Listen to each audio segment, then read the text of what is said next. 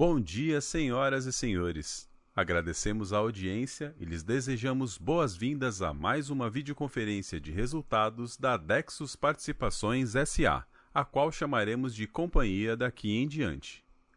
Nesta apresentação serão abordados os resultados da companhia relativos ao primeiro trimestre de 2023. Gostaríamos de informá-los que este evento está sendo gravado. Estamos transmitindo ao vivo via plataforma Zoom, com a imagem do palestrante, áudio e slides, que podem ser acessados no site de relações com investidores da companhia no endereço www.dexus.com.br. Após a apresentação da companhia, o palestrante responderá perguntas recebidas durante a apresentação.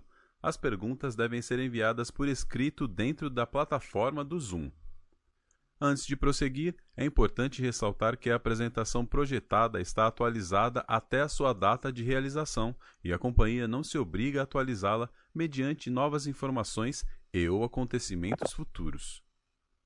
As informações aqui apresentadas correspondem a informações consolidadas da companhia, exceto as da Metanor S.A., Metanol do Nordeste e Copenor, Companhia Petroquímica do Nordeste, as quais são reconhecidas por equivalência patrimonial ou se explicitamente indicado.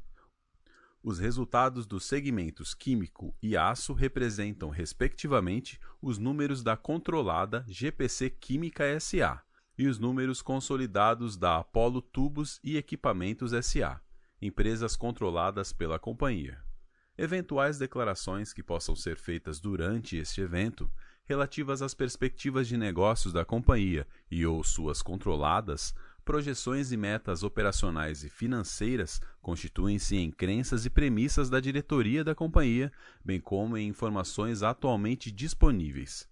Considerações futuras não são garantias de desempenho. Elas envolvem riscos, incertezas e premissas, pois se referem a eventos futuros e, portanto, dependem de circunstâncias que podem ou não ocorrer. Investidores devem compreender que condições econômicas gerais, condições da indústria e outros fatores operacionais podem afetar o desempenho futuro da companhia e podem conduzir a resultados que diferem materialmente daqueles expressos em tais considerações futuras. Está presente hoje o Sr. Rafael Alcides Rafael, CEO da companhia. Eu gostaria de passar a palavra ao Sr. Rafael, que dará início à apresentação.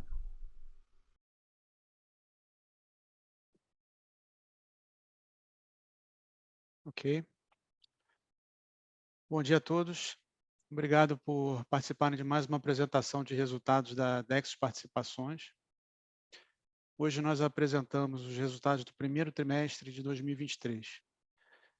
Ao final da apresentação, como de costume, nós responderemos as questões que eventualmente possam ser levantadas acerca das operações e dos resultados.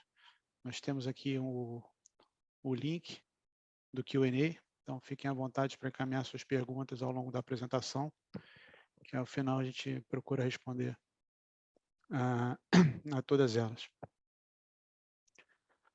Começando aqui nossas considerações. Começando pelos principais destaques do período.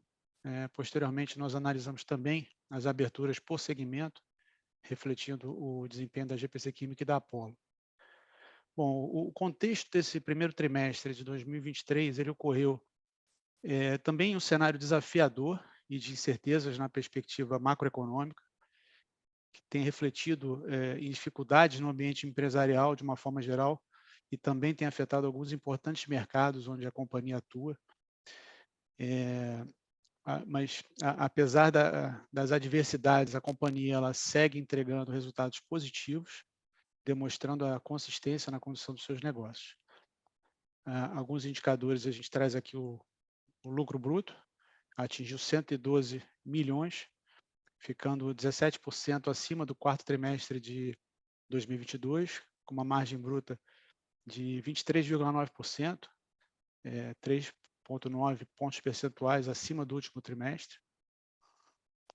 O indicador de EBITDA ajustado, chegamos a 93,2 milhões, 28% maior que o trimestre anterior e com margem de quase 20%. o lucro líquido ajustado, ele ficou em 45 milhões, superando em 13,5% o trimestre anterior, representando uma margem de 9,7%. Outro indicador que a gente traz aqui como destaque é a nossa posição de caixa, que atingiu 287 milhões. Essa é uma evolução extremamente importante, sobretudo em momentos de incerteza na economia, nos mercados, além de fortalecer o posicionamento da companhia em um ambiente de adversidade, também favorece a captura dos ganhos oportunísticos, né, os low-hanging fruits, e isso nos permite explorar melhor os potenciais da companhia e trabalhar melhor no sentido de implementar os projetos estratégicos. Outra evolução relevante que a gente pode destacar aqui foi no indicador de alavancagem, que apresentou um índice de 0,5 vezes na relação dívida por EBITDA ajustado, um patamar de endividamento líquido de 136 milhões, representa uma redução de 37,8% em relação ao trimestre anterior.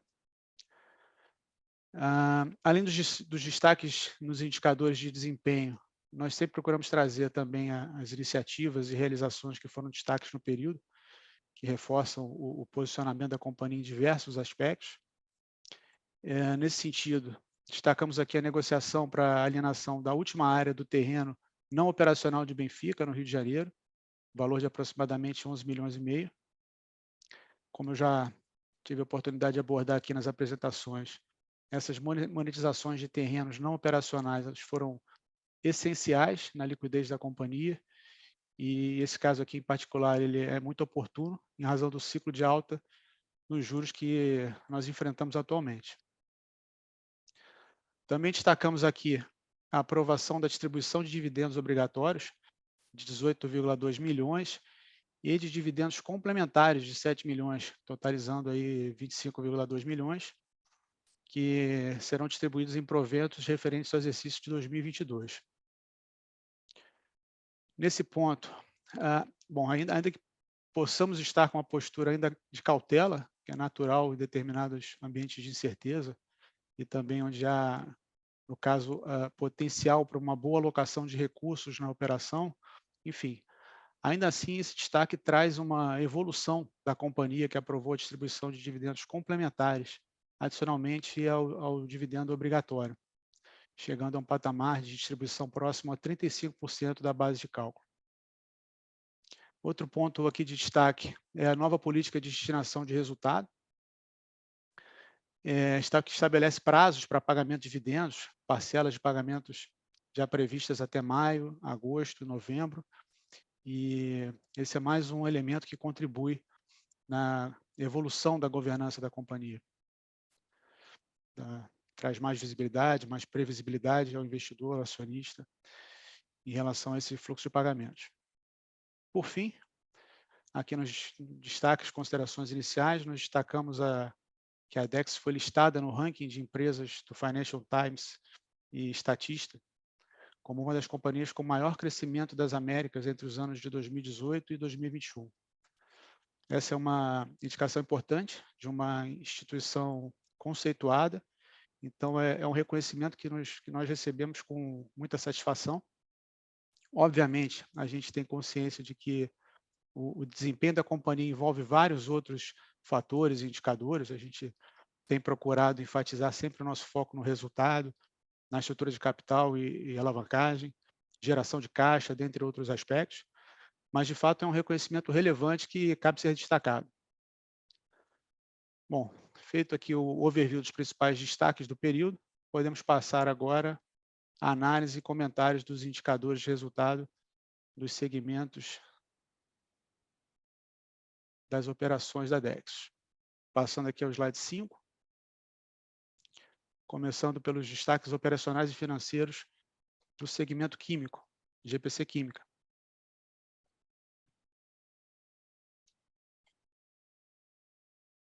Na análise dos volumes, tivemos nesse trimestre um aumento em relação tanto ao quarto trimestre de 22, como o mesmo período do ano passado, crescendo 17,4% e 10,7%, respectivamente. Essa análise ela é bem interessante porque o setor de painéis de madeira é um dos principais nichos de atuação da companhia. Tem enfrentado uma desaceleração nos últimos trimestres, algo que nós já repercutimos aqui em apresentações anteriores. O IBÁ, por exemplo, ele reportou nesse trimestre uma queda de 9,5% em relação ao mesmo período do ano passado.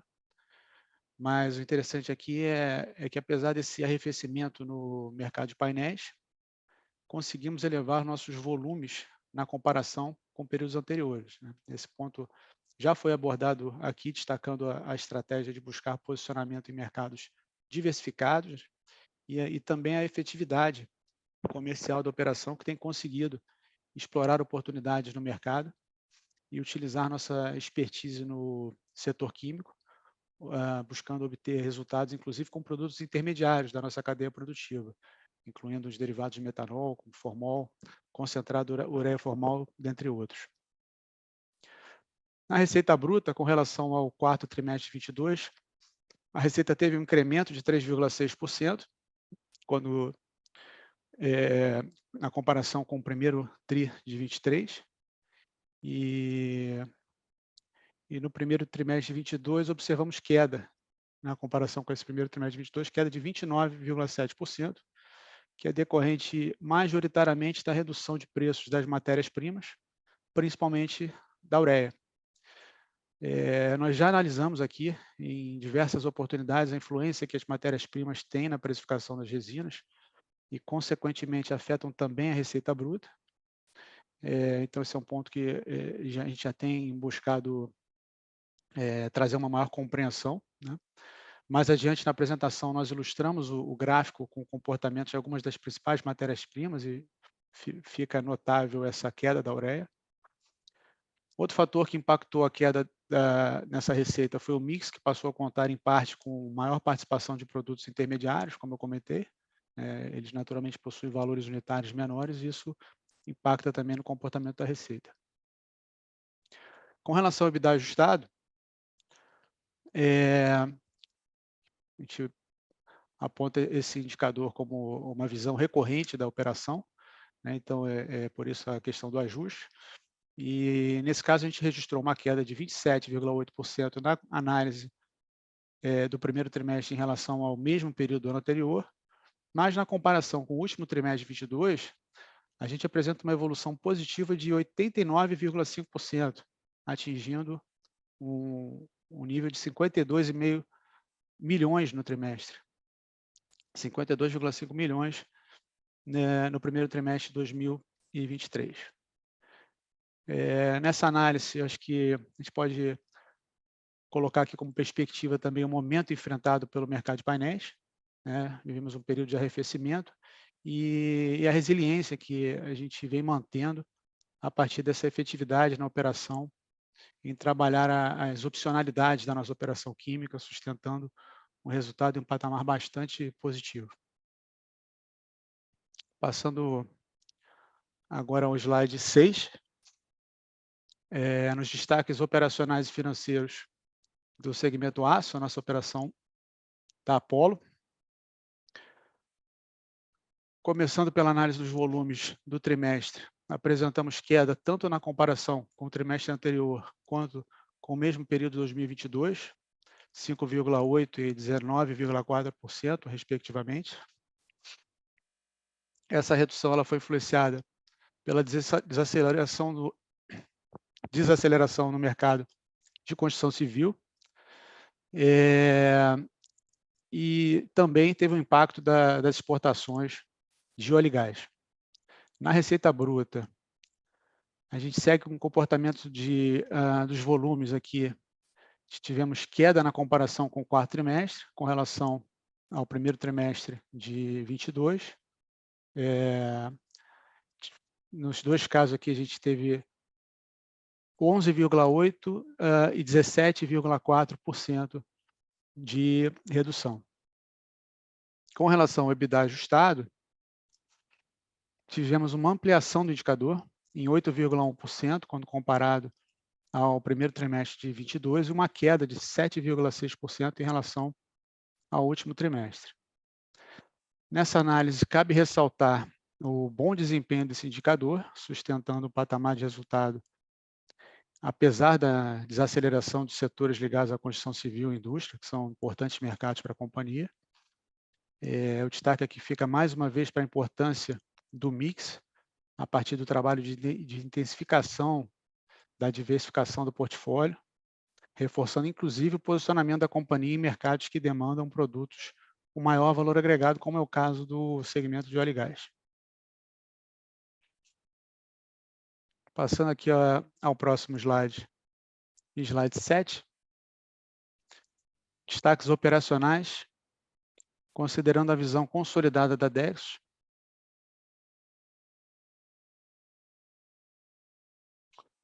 Na receita bruta consolidada do primeiro trimestre, ela apresentou redução de 25,5% em relação ao primeiro trimestre de 22.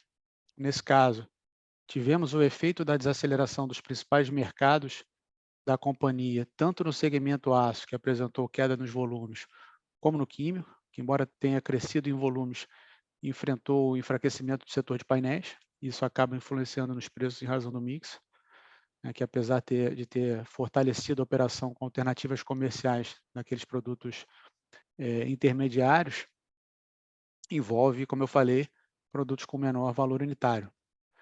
Além disso, a queda de receita ela é mais acentuada devido à redução ocorrida nas principais matérias-primas, nesse caso aqui de ambos os segmentos, lembrando que a nossa precificação em geral leva em consideração essas variações de custo dos insumos. Em relação ao quarto trimestre de 22, a receita bruta apresentou uma queda de 2,9%, influenciada essencialmente pelo menor volume e preço líquido do segmento aço. A gente passa agora ao slide 8. Temos aqui o retrospecto do comportamento de algumas das principais matérias-primas da cadeia produtiva das nossas operações.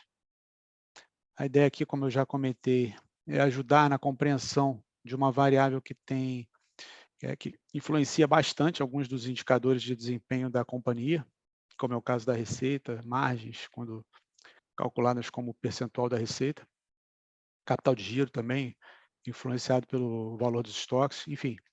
É uma informação que pode auxiliar nas análises e no entendimento do nosso negócio.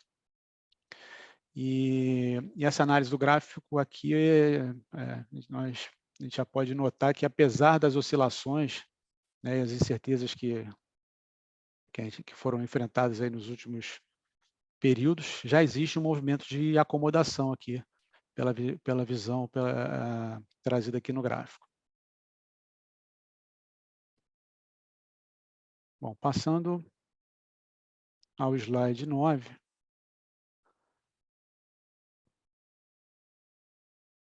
temos uma visão aqui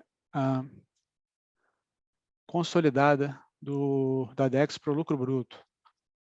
Nessa análise, tivemos no primeiro trimestre uma queda de 11,4% comparada ao primeiro trimestre de 22, mas observamos uma evolução positiva de 17,1% na comparação com o trimestre anterior, o quarto tri de 22.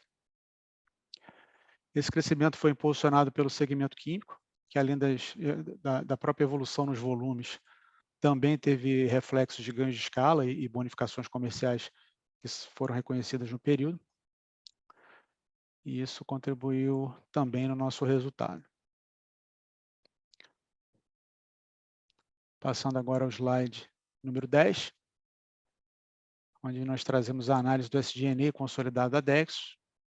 Na análise do primeiro TRI de 23, tivemos uma diminuição de SG&A em 8% em relação ao quarto TRI de 22 e de 3,9% na comparação com o primeiro TRI de 2022. Impacto aqui principalmente da redução nas despesas variáveis com vendas. O percentual de SG&A sobre a receita líquida, ele registra aqui uma redução de 0,6 pontos percentuais em relação ao quarto TRI de 22 e um aumento de 1,8 ponto percentual em relação ao primeiro trimestre de 22. No slide 11, apresentamos o resultado consolidado da Dexus com os indicadores de EBITDA e lucro líquido ajustados. Na análise do primeiro trimestre de 23, em comparação ao mesmo período do ano anterior, tivemos uma queda de 15,6%, mas na comparação com o último TRI, nós observamos aqui uma evolução positiva de 28,4%, atingindo um resultado de EBITDA ajustado de 93,3 milhões. Esse é mais um indicador bastante positivo, que demonstra a capacidade da companhia de sustentar os resultados mesmo diante das dificuldades que o mercado vem apresentando. O lucro líquido ajustado também seguiu o comportamento observado no indicador de EBITDA, apresentando uma queda de 21,8% em relação ao primeiro TRI de 22, mas evoluindo positivamente em 13,5% na comparação com o trimestre anterior, atingindo um resultado de 45,4 milhões nesse primeiro trimestre de 23. Passando ao slide 12, aí apresentamos a análise do endividamento e alavancagem da companhia. Nessa análise, apresentamos mais uma vez uma evolução bastante consistente em relação à gestão do endividamento e da alavancagem da companhia. A dívida líquida foi reduzida em 82,7 milhões em relação ao último trimestre, representando uma redução de 37,8%, atingindo o patamar de 136,4 milhões. Essa evolução também reflete no indicador de alavancagem, que atingiu o nível de 0,5 vezes na relação dívida líquida por EBITDA ajustado. Bom, já colocamos aqui em outras oportunidades, mas sempre é importante reforçar, né? Essa gestão tem estado constantemente no foco da companhia, e esse nível de alavancagem nos coloca em uma posição bastante fortalecida, não somente para enfrentar eventuais dificuldades no cenário macro e também nos nossos mercados, mas também nos permite explorar oportunidades e desenvolver os projetos estratégicos da companhia. O perfil de endividamento tem sido um outro foco na nossa gestão, e nesse trimestre fechamos com mais 67% do passivo no longo prazo. Complementando essa análise aqui, comentamos também sobre o custo médio da dívida, ficando em 13,8% ao ano. Isso aqui representa uma pequena melhoria em relação ao último trimestre, de 0,1%. Passando agora ao slide 13, slide que fala sobre os nossos investimentos.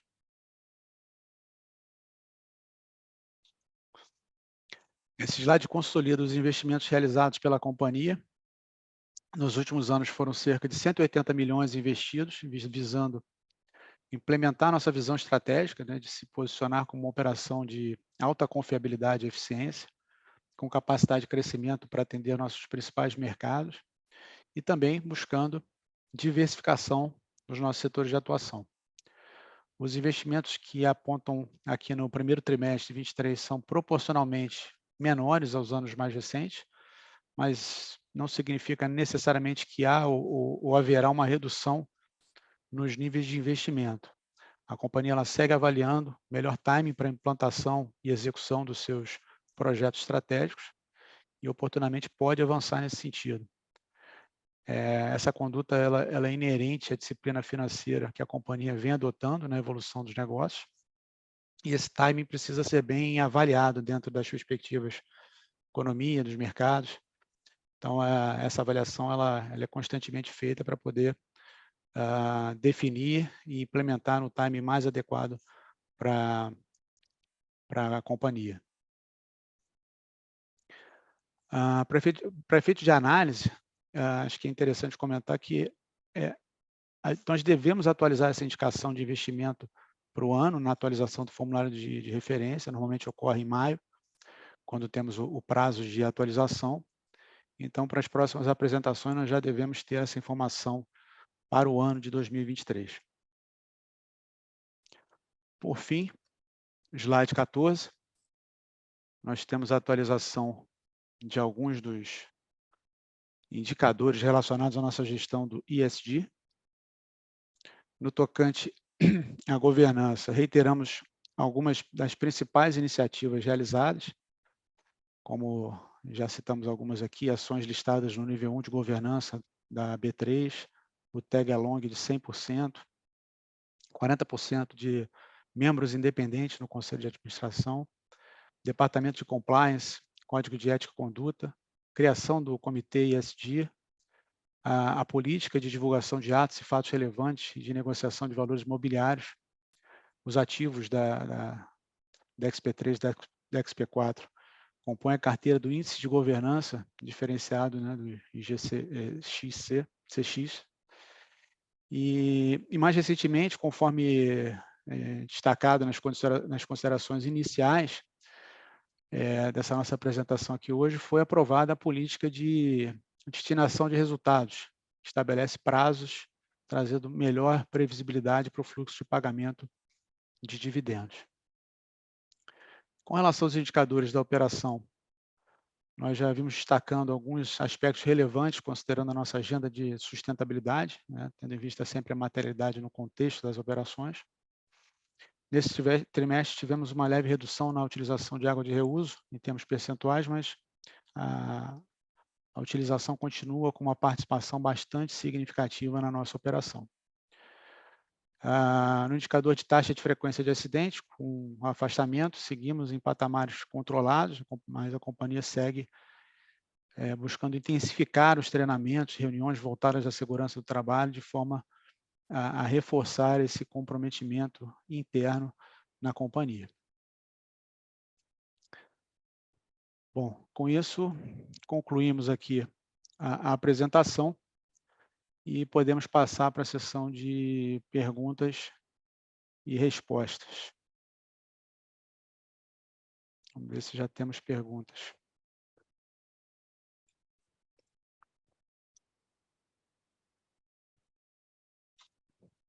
Tem uma pergunta aqui do Vitório Garcia, se existe alguma sazonalidade nos resultados da companhia, dada a comparação com os números do quarto trimestre de 22. Obrigado, Vitório, pela pergunta. A gente, para falar de sazonalidade nos segmentos, tem que separar um pouco, né, o segmento químico, o segmento aço.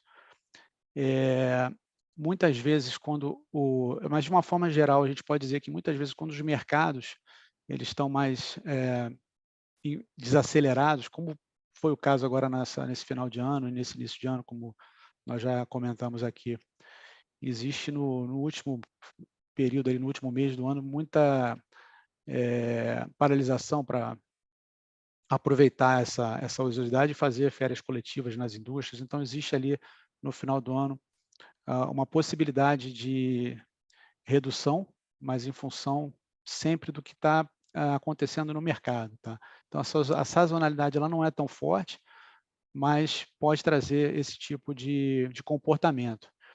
E em relação a uma outra questão que às vezes faz com que a gente tenha uma concentração maior de alocação de resultado no trimestre ou no outro, isso a gente vem colocando aqui para sempre buscar um horizonte de análise mais amplo, né, de forma a capturar melhor o perfil de operação da companhia, evitando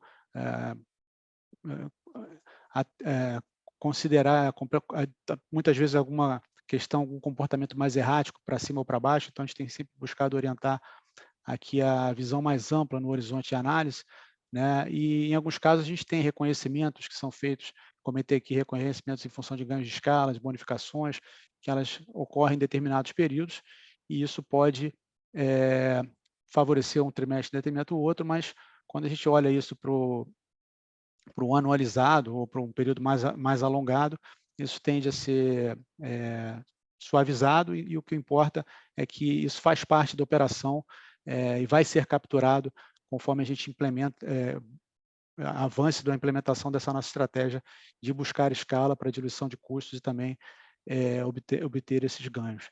Então, acho que isso é algo que pode contribuir também na análise trimestral específica, mas que no cômputo geral é o que vai afetar positivamente aqui o nosso resultado com relação à implementação dessas estratégias.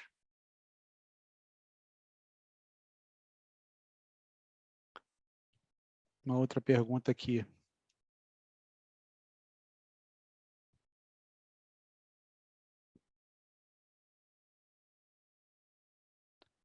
Qual a expectativa em relação ao segmento fotovoltaico? Bom, reiterando aqui, acho que a gente já teve a oportunidade de comentar, mas acho que é um segmento que ganhou representatividade na operação da companhia. Nós, alguns períodos já reportados, informamos aqui que fizemos alguns investimentos para poder preparar a companhia para atuar nesse segmento, preparar com adequação de equipamentos e processos, e nos posicionamos já há alguns anos para atender de forma bastante eficiente esse segmento. Então, a nossa perspectiva, que a gente não costuma trazer projeções, trazer guidance, mas foi de se posicionar para atender um mercado que, e aí já passa a ser informações que a gente acompanha no setor, né, informações que são publicadas pelas associações do setor, que é um mercado que tem um potencial de crescimento importante nos próximos anos, né, apontando aí os próximos 3, 4, 5 anos. Existe um número de projetos de energia solar fotovoltaica já otorgados, então isso tende a mexer com a demanda relacionada a esse tipo de projeto e onde nós estamos procurando nos inserir nessa cadeia de fornecimento. Tá? Então, essa é uma visão geral, sem entrar muito em detalhes de projeção, mas hoje a gente já comentou aqui, é um segmento que representa quase 20% do nosso portfólio no segmento aço, e então já ganhou uma representatividade boa, e a gente tem visto potencial interessante publicado pelas associações e pelas publicações setoriais relacionadas a esse tipo de energia, de geração de energia.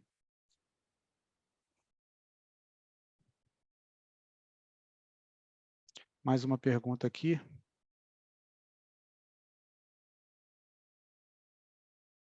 Da Tiago Souza. Gostaria de saber sobre a ociosidade tanto no setor químico e do setor de aço diante da demanda mais fraca e dos aumentos de capacidade dos anos anteriores.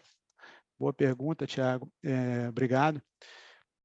No segmento aço, a gente já vem comentando que nós temos uma visão de alocar esforços para buscar crescimento nos setores onde nós já atuamos, onde já tem um reconhecimento de mercado muito consolidado.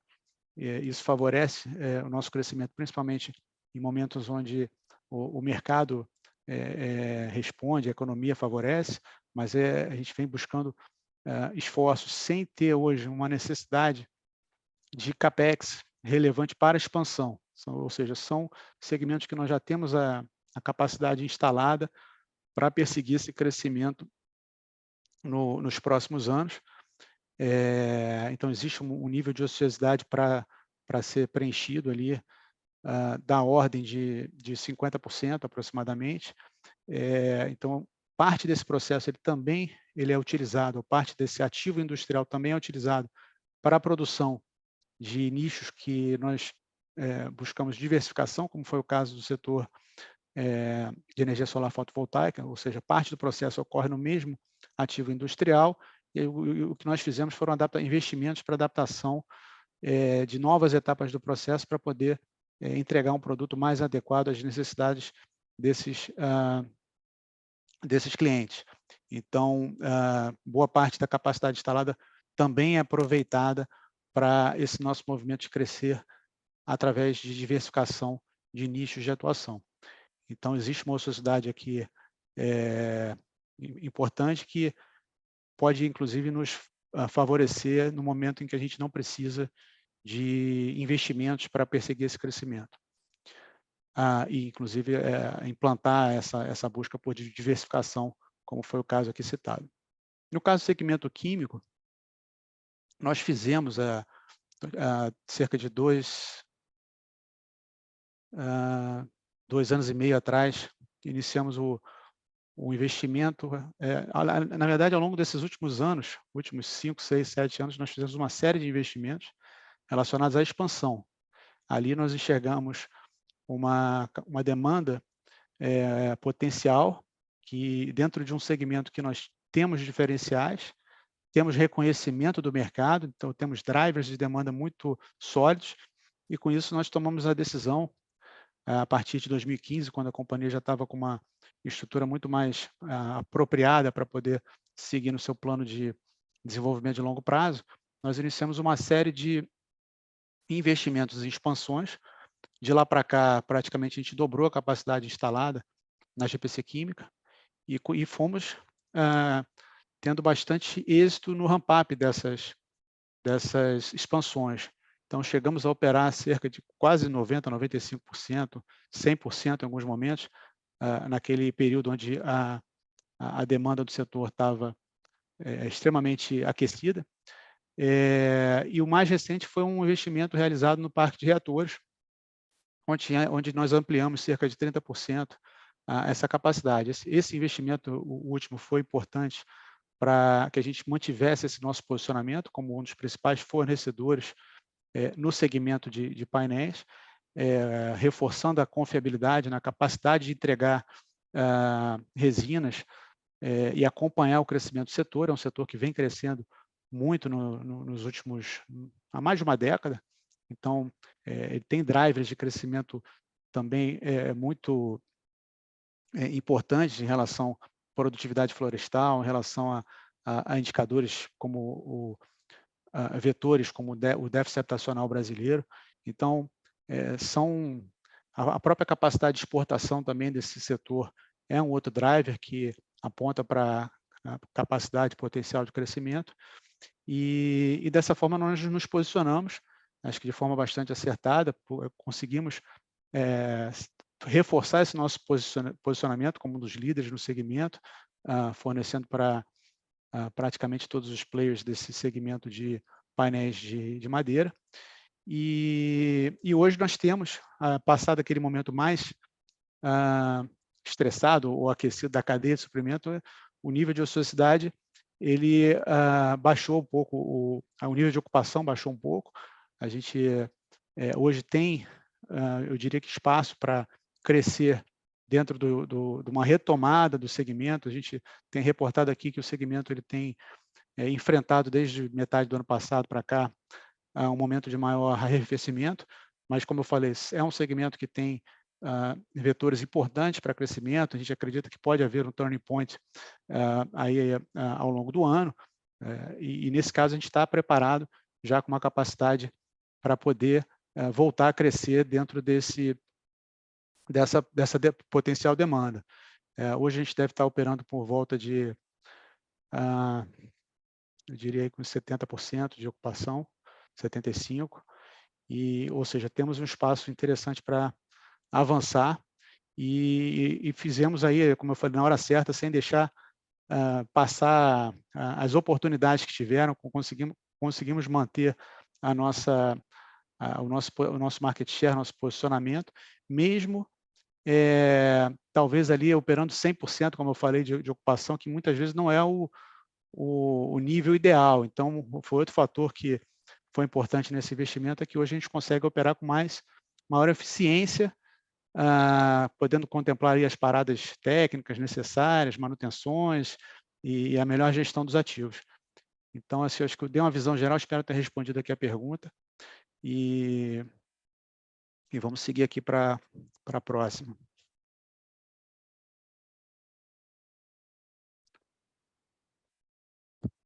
Aqui uma pergunta do Pedro Spack. Quanto à queda nos valores das matérias-primas observadas no primeiro trimestre, podemos estar otimistas no impacto dos melhores preços no próximo trimestre? A Dexo tem alguma forma de proteção dos preços desses insumos? Bom, com relação à influência do preço das matérias-primas no nosso produto, na nossa receita, a gente tem buscado comentar aqui que existe uma Um ajuste de precificação, vou novamente separar aqui por segmento, acho que facilita. Quando a gente fala no segmento químico, o próprio o mercado já trabalha com esse ajuste de preços, né? Muitas vezes, quando existem contratos, isso já está previsto no contrato, ou quando é um relacionamento spot, também mensalmente são feitos esses ajustes a partir de uma atualização de preços dessas commodities químicas ou desses insumos, né? Então isso já é refletido no preço, de forma que, por mais que a gente tenha um impacto em alguns dos indicadores, como eu comentei aqui na apresentação, como por exemplo margem como função da receita, porque isso sobe o nível de preço, de receita, mas muitas vezes com aquele conceito do fee business, né, que você carrega essa margem em valores absolutos, isso acaba tendo um efeito denominador que impacta vamos dizer, na margem percentual, mas no resultado absoluto ele se preserva.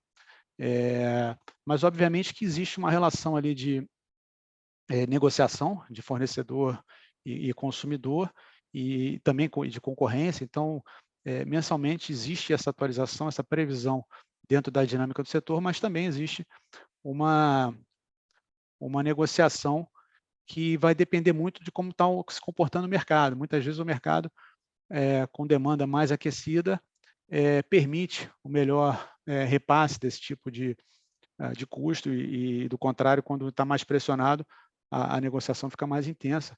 Então, no geral, a queda de insumos, ela de uma certa forma, traz um aspecto positivo para a cadeia, porque a gente lembra que esses insumos acabaram por onerar muito a cadeia produtiva, e o produto final passou a impactar no poder de compra, né, junto com a inflação e a questão também do pós-pandemia, quando a gente teve o fim dos lockdowns e a capacidade de dividir mais a economia doméstica, a gente chamou aqui de share of wallet, né?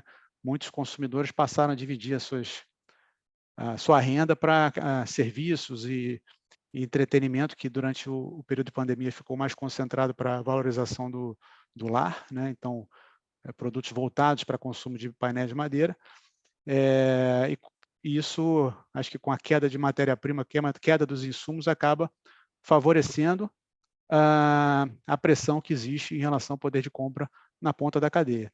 Então, novamente, aqui uma explicação geral para tentar dar uma visão do comportamento desse nosso mercado.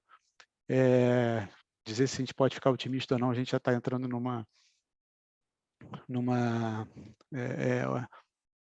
projeção aqui, numa indicação de projeção que a gente tem evitado fazer, mas eu acho que, de uma forma geral, deu para ilustrar como é que funciona o impacto dessas matérias-primas na dinâmica do setor.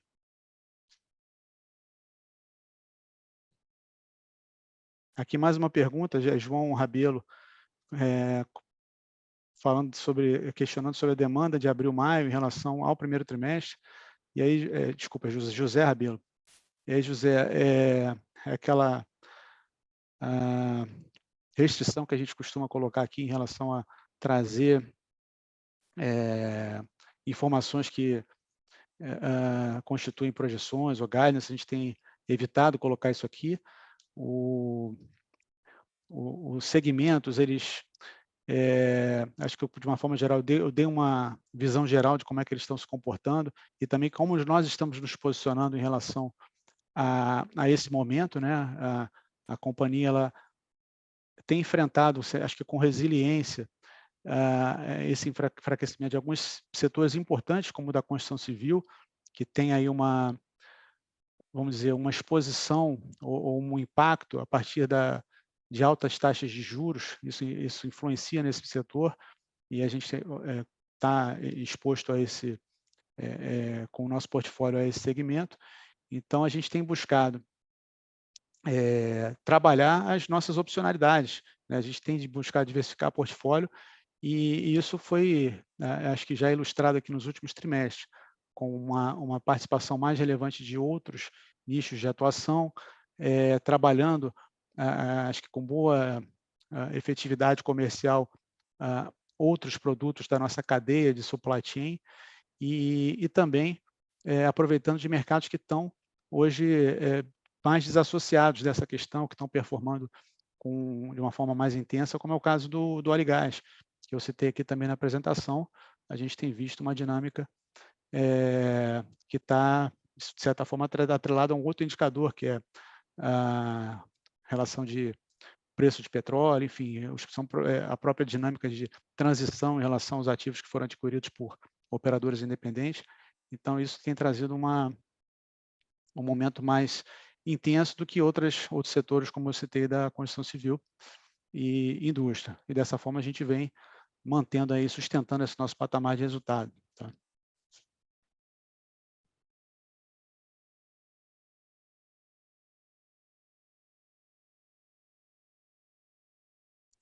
Pergunta agora do Pedro Minguetti. Com esse processo contínuo de desalavancagem, baixo custo da dívida e aumento da geração de caixa, com um business mix que vem se demonstrando mais resiliente, como vem o posicionamento e alocação de capital da companhia em patamares similares ou até mesmo em um cenário de caixa líquido? Bom, de fato, a gente tem perseguido esse cenário, né, esse indicador de desalavancagem. Aqui ele fala também custo baixo da dívida, né? Bom, o nosso custo de dívida é uma composição, né, de todas as modalidades de dívida.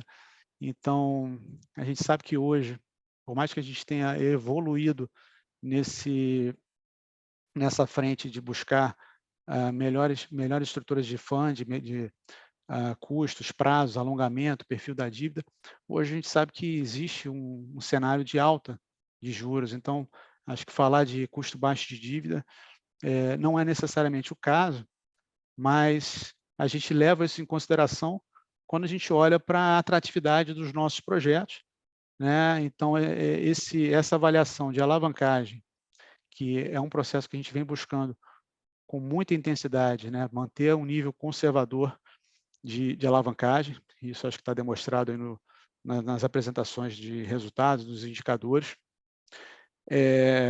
mas também sem perder de vista o que a gente vem trabalhando de potenciais projetos para desenvolvimento do negócio, para implementação da nossa estratégia. Então, existem projetos atrativos no nosso pipeline, o que a gente tem avaliado é o melhor momento de implementar vis-à-vis o momento dos mercados e vis-à-vis essa questão da economia, incertezas e também das altas taxas de juros.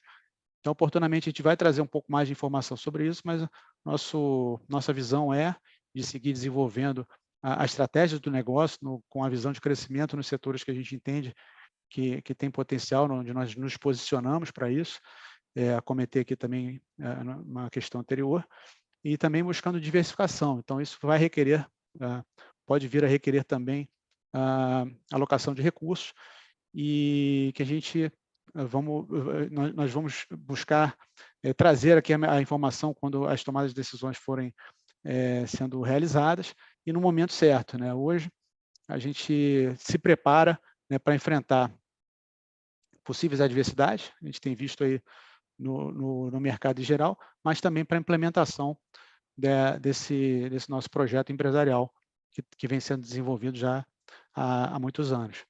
Tá? Deixa eu ver se eu peguei todo o ângulo aqui da pergunta.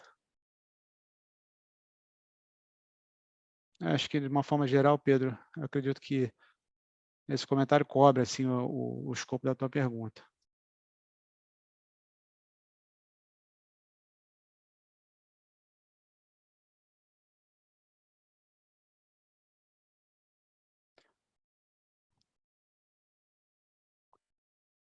Bom, estou passando aqui, acho que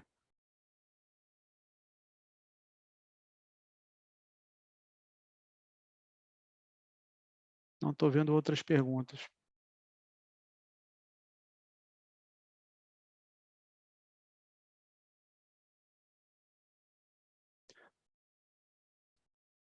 Bom, Acredito que a gente tenha coberto aqui todas as questões ou temas, né? Então, tem algumas perguntas aqui que são repetições do que a gente já comentou aqui.